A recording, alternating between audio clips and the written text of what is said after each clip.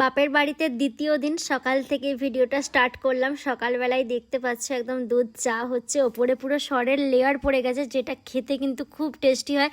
আর সাথে কিন্তু চলে আসছে খাড়ি দিয়ে দুধ চা। ও জমে তো পুরো ক্ষীর। এই যে আমার বড়মশাই বসে আছে, বড়মশাইকে আগে চাটা দিয়ে দিচ্ছে দুধ চা, আর আমার দাদাকেও দিয়ে দিয়েছিলাম, কারণ ওরা দুজনে আগে খেয়ে নেবে, ওরা একটু বেরিয়ে যাবে, তারপরে আমরা পরে খাবো।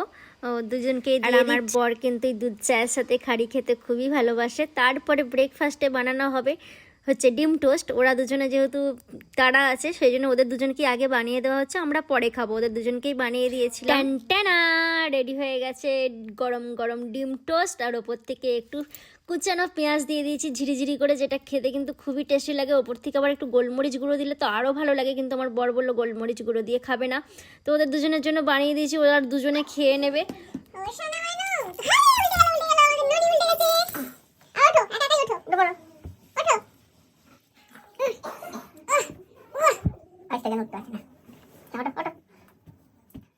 সকালের ব্রেকফাস্ট তো খাওয়া হয়ে গেছে, আর এটা হচ্ছে খিচুড়ির জোগাড় হচ্ছে। খিচুড়ির 3 রকম ভাজা হয়ে গেছে, আলু ভাজা, বেগুন ভাজা, পটল ভাজা, পাঁপড় ভাজা, ডিম ভাজাটা খাবার সময় খাবো। আর কালকের 2টি কটা ভাত ছিল, যেটাকে বলা করকরি ভাত শীতকালে, সেটা খেতে কিন্তু খুবই টেস্টি লাগে।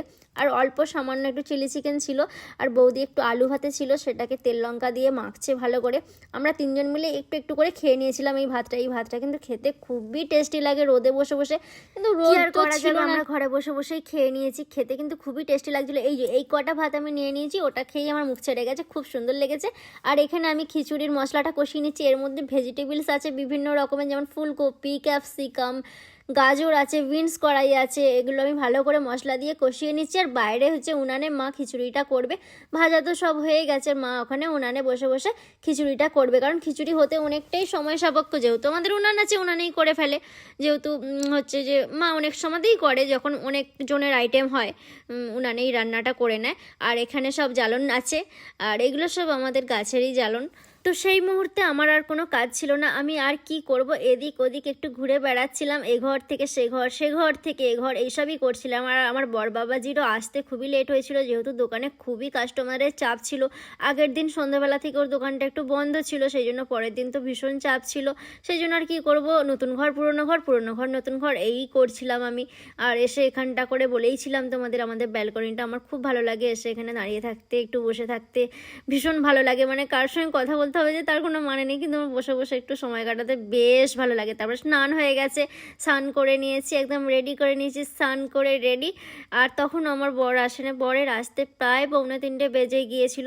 আমরা সবাই ওর জন্য ওয়েট করছিলাম। আর এখানে খিচুড়িটা প্রায় হয়েই এসেছে, মা ভালো করে নাড়া দিচ্ছে। আর আমি এখানে একটু টেস্ট করে দেখছি খিচুড়িটা ঠিকঠাক আছে কিনা, মানে টেস্টটা একটু নুনটা কম হয়েছিল, সেই জন্য মাকে বললাম একটু নুন দিতে হবে। মা আবার নুন অ্যাড করে দিয়েছিল। মা আমাকে সবসময় নুন চাখতে দেয়, মা বলে নাকি আমি ঠিকঠাক নুনটা মানে ব্যালেন্স করতে পারি। আর তুমি বললো ওটা কে করে দেয়? দাদা হবে এটা দাদা, এটা ভাই।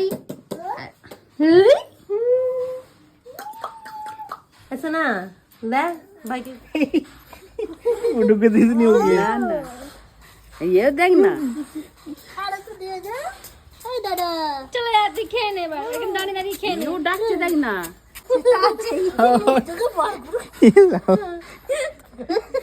না